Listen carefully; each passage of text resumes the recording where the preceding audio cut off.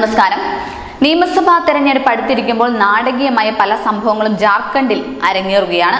JMM കോൺഗ്രസിന്റെ സഖ്യകക്ഷിയാണെങ്കിലും തമ്മിലുള്ള സ്വരച്ചേർച്ച കൊണ്ട് തന്നെ ഒറ്റയ്ക്ക് മത്സരിക്കാനുള്ള തീരുമാനത്തിലാണ്. ബിജെപിയെ സംബന്ധിച്ചിടത്തോളം ജാർഖണ്ഡിൽ അധികാരം സ്ഥാപിക്കാൻ ഇതുവരെയും കഴിഞ്ഞിട്ടില്ല. എന്നാൽ ഈ വരുന്ന തെരഞ്ഞെടുപ്പിൽ കൂടുതൽ മണ്ഡലങ്ങളും പിടിക്കാനുള്ള കരുക്കൾ നീക്കുകയാണ് ബിജെപി.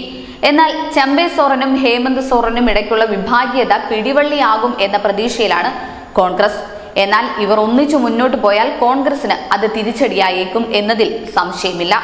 വരുന്ന നിയമസഭാ തെരഞ്ഞെടുപ്പിൽ ജാർഖണ്ഡിലെ ജനങ്ങൾ ഭാരതീയ ജനതാ പാർട്ടിക്കൊപ്പമാണ് നിലകൊള്ളുന്നതെന്നാണ് നേതൃത്വം പ്രതീക്ഷിക്കുന്നത്.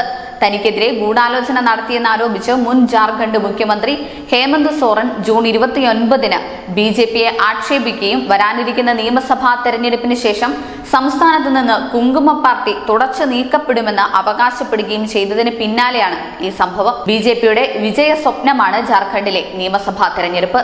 മാത്രമല്ല, കൂടുതൽ മണ്ഡലങ്ങൾ പിടിക്കുന്നതിനായി തന്നെ ബിജെപി പല സംസ്ഥാനങ്ങളിലും ആദിവാസികളെ മുഖ്യമന്ത്രിമാരായി വിളിക്കുന്നുണ്ട്. ഒരുപക്ഷെ അയൽ സംസ്ഥാനമായ ഒഡീഷയെ പോലെ ജാർഖണ്ഡിലെ ജനങ്ങളും ജാർഖണ്ഡിലെ ബിജെപിയെ ഭാരതത്തിനായി പിന്തുണച്ചേക്കാം. അസം മുഖ്യമന്ത്രി ഹിമന്ത ബിശ്വ ശർമ്മയും ജാർഖണ്ഡിലെ ഈ തെരഞ്ഞെടുപ്പ് എഞ്ചിനീയറിംഗിന്റെ കൺവീനർമാരിൽ ഒരാളാണ്. ജാർഖണ്ഡിലെ ജനങ്ങൾ ബിജെപിക്കൊപ്പമാണ്.